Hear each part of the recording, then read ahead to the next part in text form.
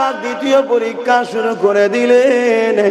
ইব্রাহিম, তোমার সব থেকে প্রিয় জিনিসটা আমি আল্লাহ আমার জন্যে কুরবানি করে দাও।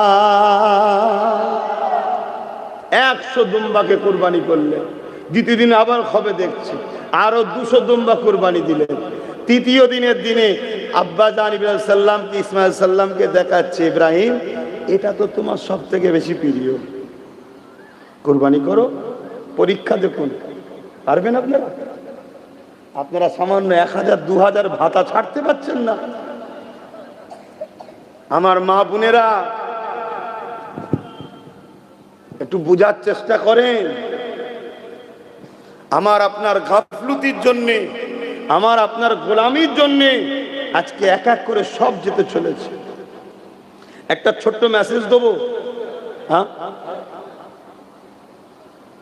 গতকালকে কেন্দ্র সরকার 3টে বিল পাস করতে চেয়েছিল। কটা?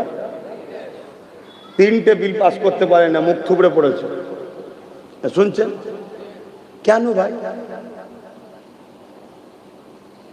ভেবে দেখেছেন? খবর রাখেন 3টে বিল পাস করছিল? বলবেন তো হ্যাঁ কিনা। তাহলে আপনারা তো রাজনীতি সচেতন নয়, আপনারা তো খবরও রাখেন না আপনাদের পিছনে কি হচ্ছে। তাহলে আপনাদের জন্যে আমাকে যেমন ধর্মীয় খবর রাখতে হচ্ছে, ধর্মীয় জিনিস চর্চা করতে হচ্ছে, শিক্ষা প্রতিষ্ঠান দেখতে হচ্ছে, পরিবার দেখতে হচ্ছে, সন্তান দেখতে হচ্ছে, আবার রাজনীতির সচেতনতার জন্য খোঁজ খবর রাখতে হচ্ছে। আর এসে যখন আপনাকে দেব আপনি তখন নিতেও চাইছেন না, তাহলে আপনাদের জন্য বিপদ স্বাভাবিক। এতদিন সবকটা বিল যা করেছে কেন্দ্র সরকার সব পাস হয়ে গেছে। গতকালকে পাস হলো না কেন? কেন পাস হয়নি? আজকে প্রাক্তন মুখ্যমন্ত্রীর বক্তব্যটা কেউ যদি ফলো করেন উত্তর পেয়ে যাবে। প্রাক্তন মুখ্যমন্ত্রী বলছে গতকালকে কেন্দ্র মোদী সরকারের পতন শুরু হলো, আমি বলেছিলাম বাংলা ঘাটালে দিল্লি দখল করব। তার মানে সেটিং ছিল তুই এখানে ডিস্টার্ব করবি না, ওখানের বিলগুনাই পাস করিয়ে দেবো। আর এবারে যেভাবে উঠে পড়ে লেগেছে 20-30 হাজার করে মুসলমানের নাম বাদ, যেভাবে উঠে পড়ে লেগেছে তার মানে বাংলা দখল জোর করে করবে বিজেপি। শুনছেন তো নাকি? এটা রাজ্য সরকারও বুঝতে পেরে গেছে, এটা জোর করে দখল করছে। আমি কথা কি বুঝতে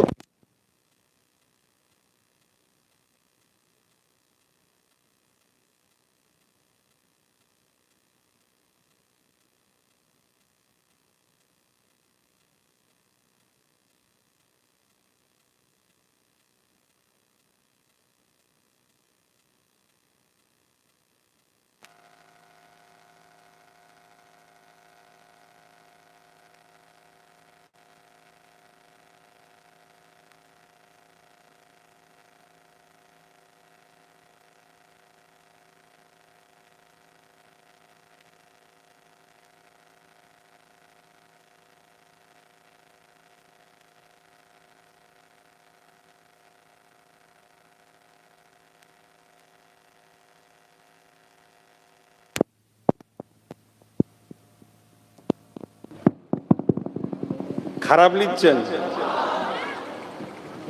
আল্লাহর জাত পাকের কসম করে বলছি, আলেমরা বেশি আল্লাহকে ভয় করে না সাধারণ মানুষ? বলুন। আল্লাহর কোরআন বলছে আলেমরা ভয় করে, তা মুসলমানরা বেশি আল্লাহকে ভয় করে না যারা আল্লাহকে মানে না তারা বেশি ভয় করে? তা আল্লাহর জাত পাকের কসম করে বলছি আপনাদের বাঁচাতে চাইছি। কি ভয়ানক দিন আপনাদের উপর আসছে আপনারা বুঝতে পারছেন না। আপনি যদি ভোট দেন তবে তো বিজেপিকে রুখবেন, আপনার ভোট দিবার অধিকারই থাকবে না, তাহলে কি করে রুখবেন বলুন?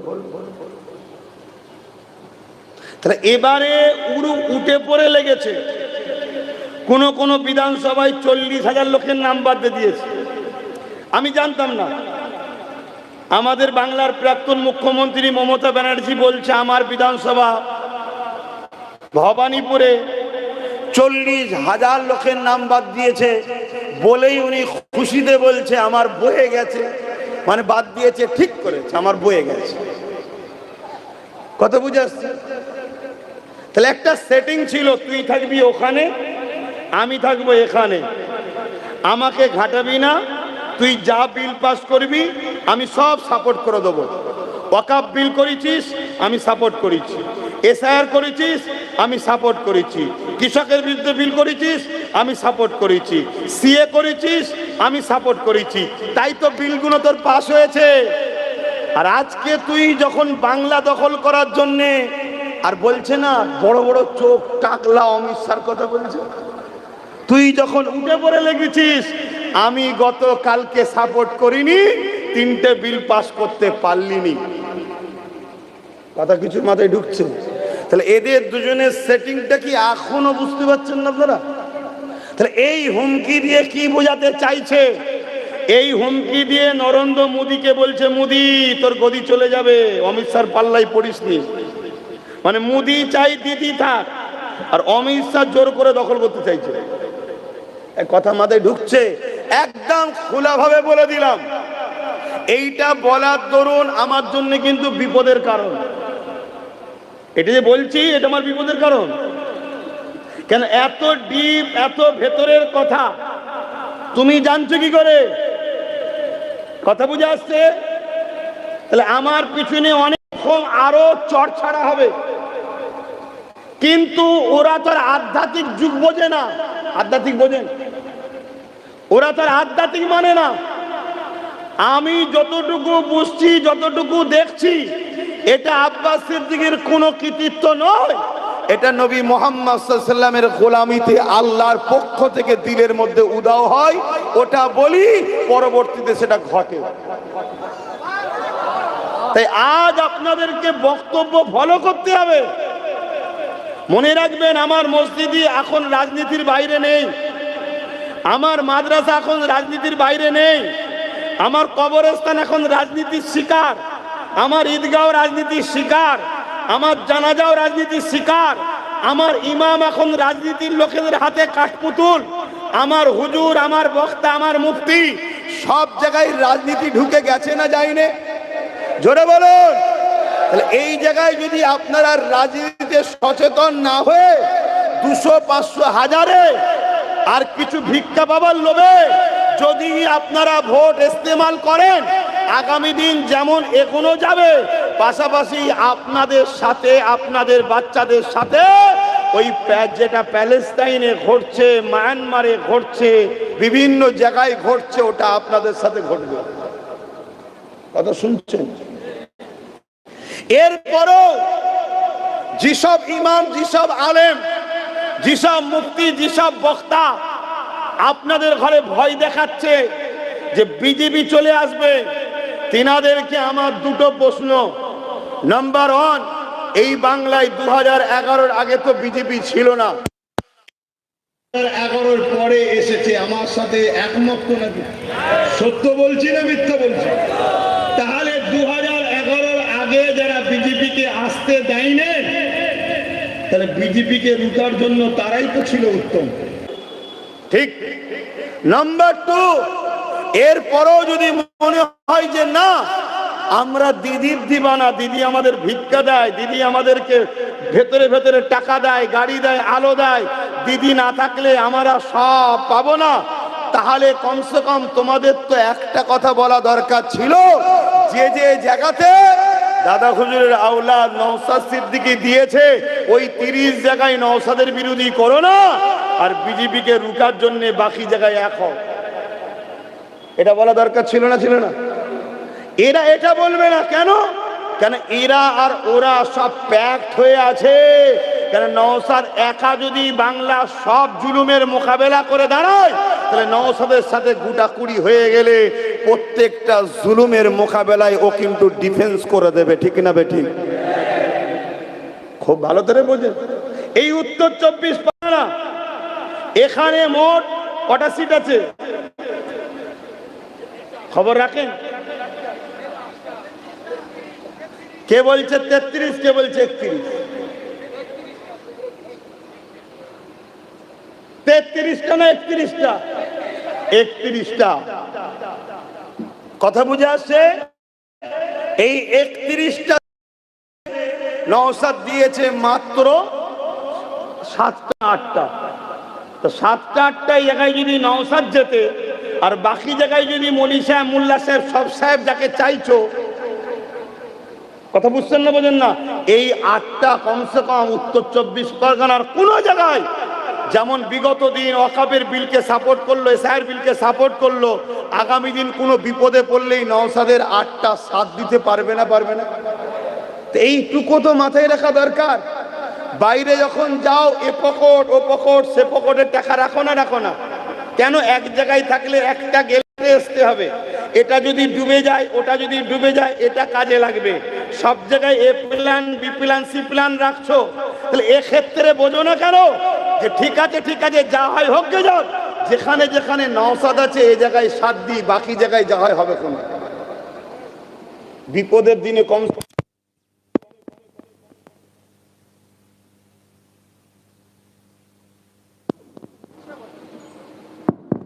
বিপদের দিনে কমসে কম কাজে লাগবে না? লাগবে না? কিন্তু সেই ঘুরিয়ে ফিরিয়ে একটাই কথা, ওরা বিজেপির সঙ্গে সেটিং আছে। আমার কথাও বলছে না, বলেন? তাহলে আমাকে উত্তর দেওয়া দরকার আছে না? না? আচ্ছা বলুন তো, 2021-এ আমরা দিয়েছিলাম কটা? আমরা দিয়েছিলাম অন্যজন শরীর সহ সব মিলিয়ে 30 থেকে 32টা। যা সিট কোনোদিন পাইনি তার থেকে বেশি সিটে পেয়েছে না পাইনি? যেটা বলেন কেন? ও সম্পূর্ণ সাপোর্ট করে দিয়েছে যে না, এই প্রথম একজন মুসলিম ঘরের ছেলে উঠছে, একে উঠতে দেওয়া যাবে না। শুনছেন তো নাকি? আমরা এবারে কটা দিয়েছি ভাই? সেই 30টা। তার মধ্যে আবার এক জায়গায় আমাদেরকে দিয়ে আবার ওরাতে দিয়েছে। কথা বুঝে আসছো না? না? তাহলে এই যে 30টা জায়গা, এটা দিয়া কি ক্ষতি করেছে? কিন্তু সেই একটাই ভয়, এ জাতকে ভয় খাওয়া। যাক বাপেরা, সংক্ষেপ করবো, বুঝা যদি হন বুঝে এলেন। এই যে রাজনীতির আলোচনা করছি, অসুবিধা হচ্ছে নাকি? অনেকে বলে আব্বাস সিদ্দিকী জলসার নামে রাজনীতি করে। হ্যাঁ করি তো, আমার ধর্মে রাজনীতির পাঠ আছে না? নাই? তা আমি আমার জাতিকে শিখাবো রাজনীতির কথা? না বুঝে তো এর পিছনে 20 বছর, ওর পিছনে 30 বছর, ওর পিছনে 15 বছর, এর জাতির কি লাভ হলো? সচেতন করাতে হবে তো। তা আমি আমার বাপকে, আমার মাকে, আমার ভাই, আমার বোনকে বুঝাবো না যে বিজেপি হলো আমাদের ইসলামের দুশ্মন, আর তাকে সম্পূর্ণ সহযোগিতা করছে সব বিল পাস করতে রাজ্য সরকার, অতএব এদের থেকে সাবধানে থাকে? এটা বোঝানো দরকার আছে না? না?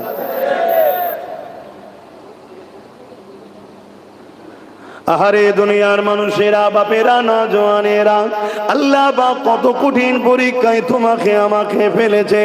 এই পরীক্ষায় তোমাকে আমাকে হিকমার সাথে উঠতে হবে, বড় চিন্তা ভাবনা করে তোমাকে আমাকে আগাতে হবে, নচেত তোমার আমার দুনিয়াটাও বরবাদ হয়ে যাচ্ছে, যাবে, আখিরাতটাও নষ্ট হয়ে যাবে। এ যুবকেরা, তরুণেরা, বাপেরা, আমরা আল্লাহর উপরে ভরসা করা ছেড়ে দিলাম, আল্লাহকে ভয় খাওয়া ছেড়ে দিলাম, আল্লাহ সাহায্য ছেড়ে দিলাম। আজকে দুনিয়ার তাগুতি শক্তিকে ভয় খেতে লাগলা, দুনিয়া আর এক তাগুতি শক্তিকে আমরা সাহায্যকারী বলে মেনে নিলাম। মনে রাখবেন, এই জন্য আমরা দুনিয়ায় লাঞ্ছিত হচ্ছি, আখিরাতও আমাদেরকে ধ্বংস হতে হবে। এই জায়গাতে বলে দিয়ে যাব, আমাদের আব্বা জান হযরত ইব্রাহিম আলাইহিস সালামকে দেখে শিক্ষা না, তিনি জানিয়ে দিয়ে গেলে, এ দুনিয়া মানুষেরা, আমাকে যখন নমরুদ আগুনে ফেলেছিল, ওই আগুনে ফেলে দিবার সময়তে হযরত জিবরাইল সাল্লাম এসে যায়, আমাকে বলতে লেগেছে, হে ইব্রাহিম, কিছু সাহায্য করবো কি বলো? ওই সময় ইব্রাহিম আলাইহিস সালাম বলেছিলেন, এ জিবরাইল, আমাকে আমার আল্লাহ পরীক্ষা নিতে লেগেছে, আমাকে কোনো সাহায্য করতে হবে না, আমার আল্লাহ, আমি ইব্রাহিম আমার জন্যই যথেষ্ট। আমাকে আমার আল্লাহ পরীক্ষা নিতে লেগেছে। আমার কাছে আমার জান আগে না আমার আল্লাহ আগে, এই পরীক্ষা নিতে লেগেছে। এই আগুনে ফেলে যদি আমার আল্লাহ আমাকে পুড়িয়ে পরীক্ষা নিতে চায়, আমি ইব্রাহিম একবার নয় হাজারটা যদি জান ফিরিয়ে দেয়, আমি হাজারবার আল্লাহর জন্য আগুনে পুড়িয়ে প্রমাণ করে দেবো আমার আল্লাহ ইব্রাহিমের কাছে জান আগে নয়, ইব্রাহিমের কাছে আপনি আগে।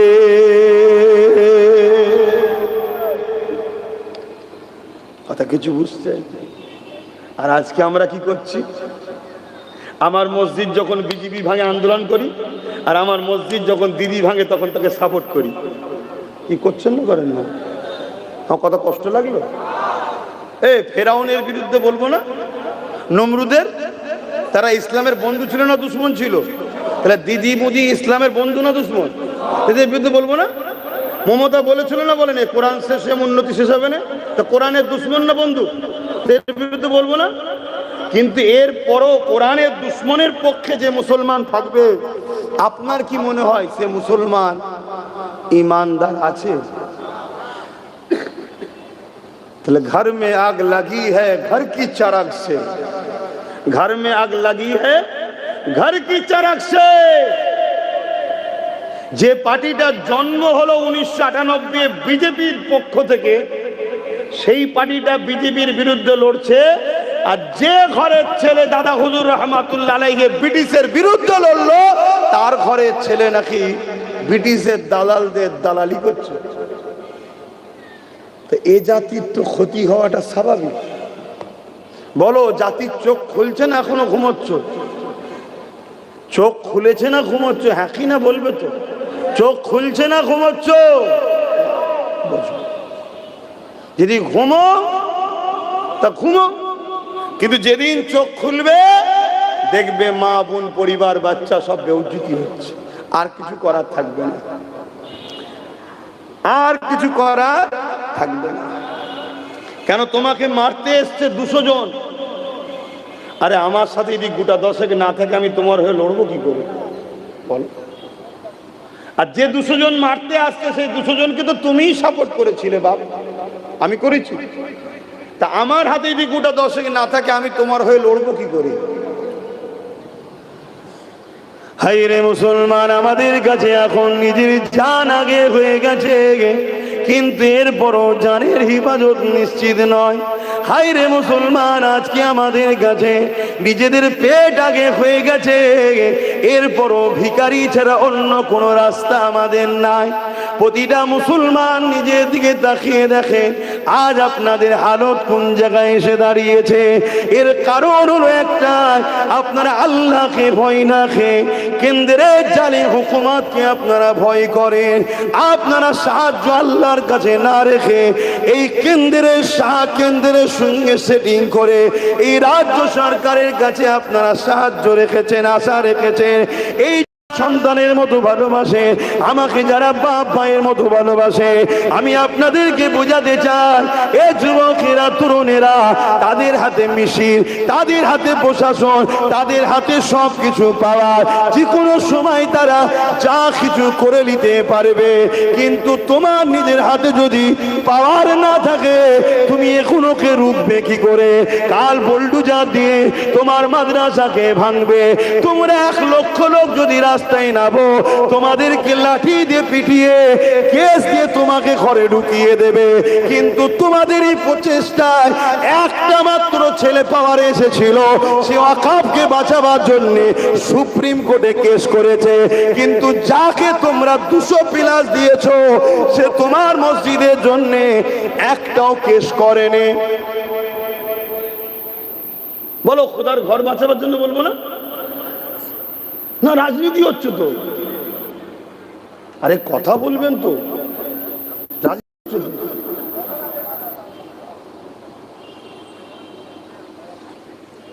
ছেড়ে দেন, আপনাদের যেটা ভালো লাগছে করেন। আর আমি পেটের জ্বালায় জলসা করি না তো, আমার জলসা করার শখ নেই। আমি জলসা করি আল্লাহর দিনের জন্য। তাহলে আজকে আল্লাহর ঘর ভাঙার জন্য আইন তৈরি হবে, সেই আইনের বিরুদ্ধে দেগঙ্গার লোক রাস্তায় নামবে।